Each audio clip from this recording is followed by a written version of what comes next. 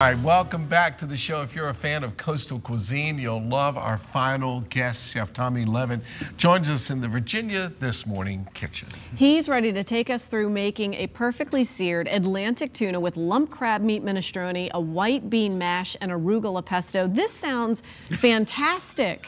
Yeah, so this is a dish that we prepare at the restaurant.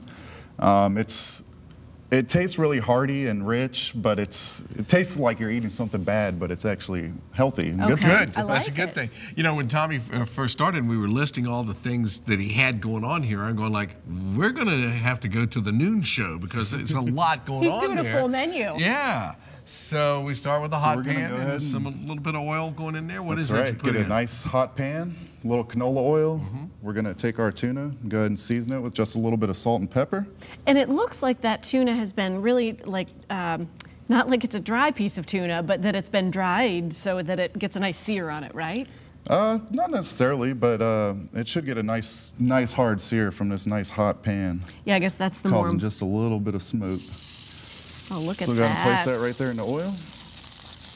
Move this out of the way.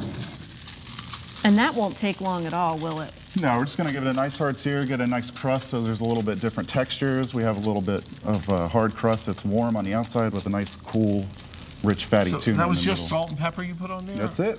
Wow. Pretty Are straightforward. there sesame seeds in there, or is it just really, it's kind of a rough coarse grind on that pepper? Yeah, it's just a coarse grind pepper, that's all. So we'll just give it a nice little sear all the way around. That's done already. Look at him put his hands in there. Well, it's not his first rodeo, Bill. He knows. Yeah. So this is how you do it. You get a nice thick cut and then put it up on its side. Sides, right? Yeah, that's correct. Because we want it to be more on the rare side, so it's nice to use a nice thick cut of tuna. But we do want a little bit of different textures. Literally just a couple of seconds on each side. Yeah, so we'll just and you have hold a thin this side, you got to hold that one in place. Mm-hmm. But you're only holding it for a few seconds. Yeah, that's correct. As long as you got a nice hot pan.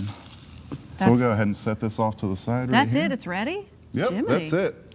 Okay. Pretty rare. Pan's a little warm right now, so we're going to go ahead and start. You didn't sear the ends because you want to see that little bit of kind of... Yeah, the ends you can. Some people prefer to do it. I personally prefer not to, but that's just me. But that's just preference. So we're going to go ahead and start the minestrone. We have some fennel and onion and bell peppers chopped up right here. The fennel's going to bring a really neat flavor. Yeah, it has a nice aromatic. I don't want to cook these too much because I want it to have a little bit of raw flavor and a little bit of the sugars to start to caramelize and come out.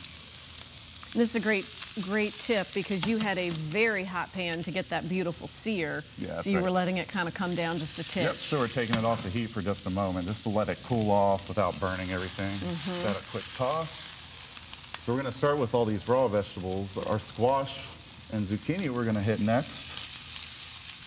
So you were saying this one is it feels like a super hearty, almost bad for you meal, but it's great fresh ingredients, and it's using what is now, which is one of the hallmarks for Shore Dog. That's absolutely right. And so we have the zucchini and squash going now. We don't want to cook the zucchini too much. We want it to have a little bit of a bite. So we'll go ahead and hit some garlic.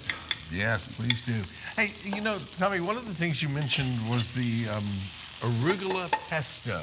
Yeah, that's correct. How much more different is that from tasting from regular pesto? Well, there's no basil in it, which is like standard pesto, so it's going to have like a little bit of a deeper flavor instead of like a brightness about it. So these just come together, but you don't want to overcook that zucchini.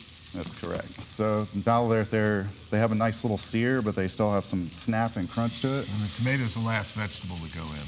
Yeah, we're at we don't 1 want minute. We don't want these to cook that down too much. So we got a minute to wrap things up here a little bit, and so then hit it with a little. This is just clamato juice. That's really going to cook. Fresh basil at the end. Really going to cook down. A little bit of lump crab.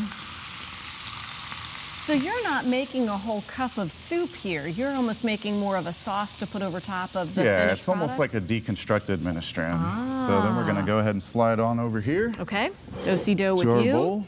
So it's kind of a deep dish is what you're putting all of this in, correct? Yeah, because I do want a little bit of the broth because it has a ton of flavor in it.